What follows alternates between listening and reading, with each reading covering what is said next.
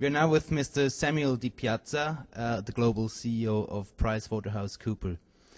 Mr. DiPiazza, you took part in a panel discussion about the threat of economic nationalism. How grave is the state of affairs?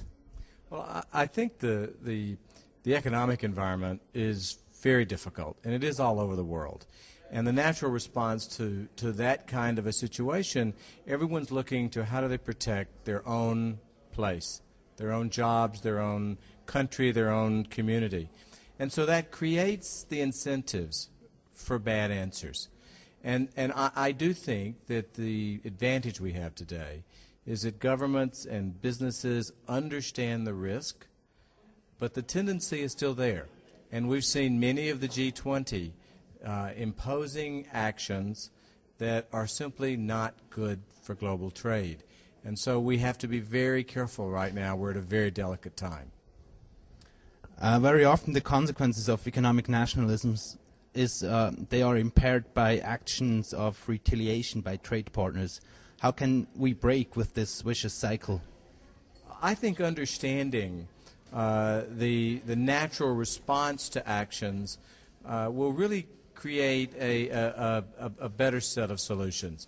When governments and policymakers understand that one step, one action leads to a response that elevates, gravitates to something very severe, then I think they will be more cautious. They'll take more time looking for the better answer. But we have to learn. We have to learn from mistakes. And what we see happening between the U.S. and Mexico, what we see happening between Europe and America or China and Japan, we have to find ways to bring transparency to the impact and help policymakers understand the long-term negative effect. In your address, you argued that business leaders have a special responsibility to stand up for free trade and open markets. What is the scope of action business leaders have in this issue? I think business leaders must stand up and have a voice, have a point of view. Business leaders, when you look at the last 6 to 12 months, in many cases, businesses have been in a survival mode. They've been trying to fight their way through an enormous drop in demand. But business leaders have to look beyond that.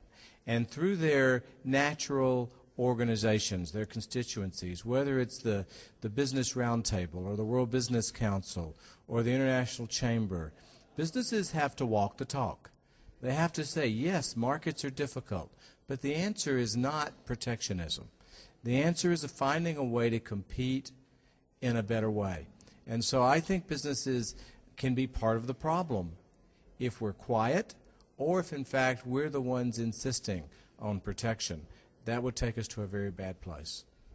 But will the voices of business be heard in an environment of increased public mistrust against the corporate world? I think that is a challenge. Business has to understand that they created some of this problem, and we had bad policy, whether it was through regulation, whether it was through monetary policy, interest rates, imbalances between trade. We had bad policy, but business also made its share of mistakes. But I don't think that gives business the right to step back and be silent. Because if we are silent, populism will drive us to protectionism, and protectionism will take us to a much deeper recession. Mr. DiPiazza, how do you like the atmosphere here at this symposium and the exchange of ideas with people from different backgrounds so far? Well, I think St. Gallen and this symposium is very unique and it's very special. I come here to learn. I come here to have the opportunity to talk to colleagues, to peers, other CEOs, but also the students and the different people from different backgrounds and experiences. And St. Gallen is very unique in what it brings together. Being student-led is also very special.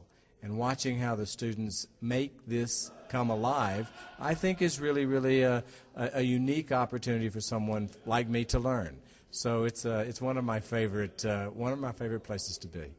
Thank you very much. Most speeches and discussions here about in this year are about disillusion, about the economic crisis, about its social and political implications. Do you also hear hopeful and optimistic voices? Oh, certainly. I mean, you see, there's opportunity in every crisis. And the more you understand the roots of the problem, the more you understand how we came to this place, the better we'll build the frameworks for the future. And so as I heard today, the one thing about every crisis is they eventually end. We will work ourselves through this. And as a business person and as a leader for PricewaterhouseCoopers, what I want to do is help our organization be stronger coming out of the crisis. And places like St. Gallen give me a great opportunity to learn how to do that. Mr. DiPiazza, many thanks for your time. Thank you.